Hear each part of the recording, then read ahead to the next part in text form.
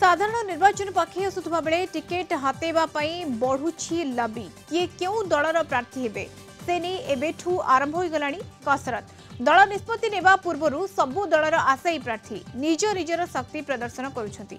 ढेंकानाल जिला परजंग निर्वाचन मंडली कंकड़ाहाड़ यात्रा पड़ियारे कंकड़ाहाड़ ब्लॉक रो पूर्वतन अध्यक्ष कार्तिक साहू को नहीं एक बंधुमिलन कार्यक्रम आयोजित होइछि। कार्तिक साहू बीजेडी रो आशायी प्रार्थी रहिछंती। ए कार्यक्रम में परजंग निर्वाचन मंडली 56टी पंचायत 5000 अधिक लोक सामिल होइथिले। स्थानीय थाना छक ठारू एक शोभा यात्रा कार्तिक साहू आसी सभास्थल में पहुंची। कार्यक्रम में निर्वाचन मंडली बहु समिति सभ्य सरपंच दलीय कर्मी पूर्वतन ब्लॉक उपाध्यक्ष जोग देथिले। मंचरे उपस्थित थिबा समस्त अतिथि माने मुख्यमंत्री हाथ मुठा को टाण करने षष्ठ थर मुख्यमंत्री भाव में नवीन पट्टनायक को निर्वाचित करने कही।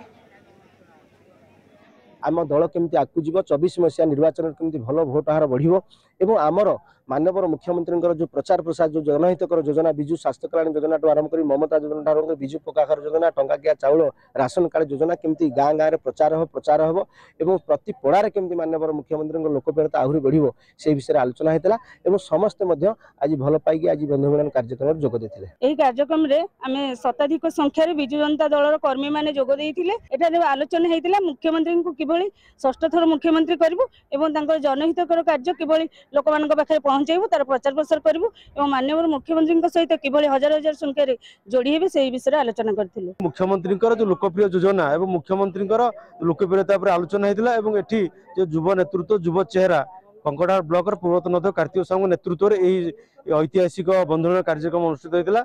ये जहाँ जना पड़ी लोक मान कार्तिक साहू प्रति भल पाइबा अच्छी एवं कार्तिक साहू लोकप्रियता और कार्तिक साहूर जो कार्य दक्षता कार्यशैली विभिन्न समस्या विभिन्न जो असुविधा हो सुख दुखे से पहुंचती तेणु भल पाई आज ऐतिहासिक बंधुमिलन कार्यक्रम जन समागम सृष्टि होता।